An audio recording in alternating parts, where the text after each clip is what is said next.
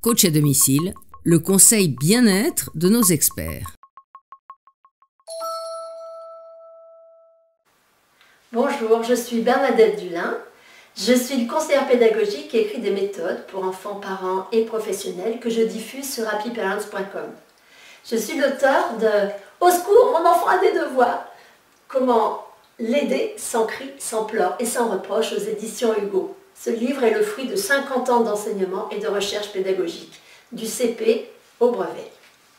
Votre enfant a des problèmes de concentration à l'école, il s'envoie avec sa mémoire.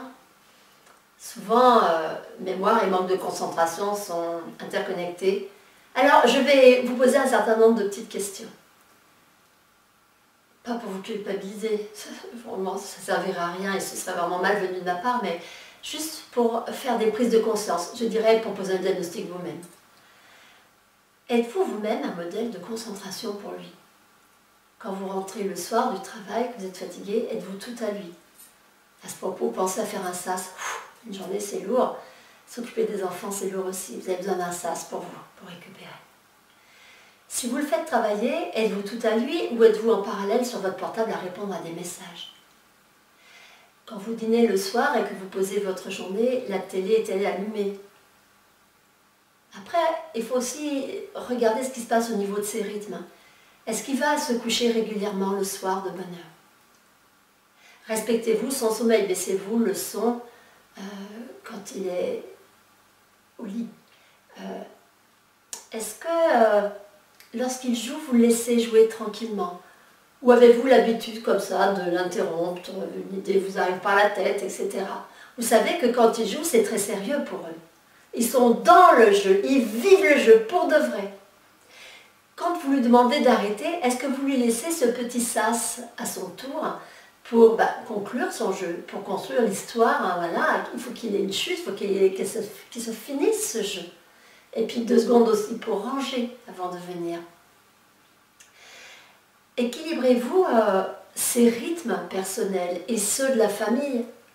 Il y a l'école, parfois si on est dernier d'une famille, il faut aussi suivre dans la voiture l'accompagnement des aînés, ça et là, et à l'école, au collège, et pour les activités, le psychologue, l'orthophoniste, etc. Et puis aussi l'orthodontiste. Et puis à cela s'ajoutent les sorties familiales, les invitations, les réceptions. Pensez-vous à simplifier son quotidien, surtout s'il en garde alterné? Attention de ne pas le prendre en otage. Ne faites pas passer par lui les messages. Vous savez, quand il y a un message délicat, on va se débrouiller pour dire « Tu diras à papa qu'il pourrait peut-être acheter le matériel scolaire en septembre, c'est son tour. » Imaginez-vous, mettez-vous à la place de l'enfant. Si maman pose ça comme ça, on voit bien que c'est pas si évident. Donc on se demande comment papa va le recevoir, comment je vais le présenter. Vous imaginez pendant la journée à quoi pense l'enfant, peut-il vraiment se concentrer à 100%? Et maintenant, je vais dire quelque chose de très important. Limitez le temps des écrans et du téléphone portable. Définissez ensemble des règles et tenez-vous-y. Votre enfant, il a besoin que vous lui appreniez, que vous l'aidiez à gérer la frustration. Et la règle, elle est là pour vous aider l'un et l'autre. Et si ça ennuie, vous pouvez au début, pour lui donner la bonne habitude de se cramponner à la règle définie, pensez à proposer une activité familiale qui apportera plaisir et intérêt au moins équivalent à celui des écrans.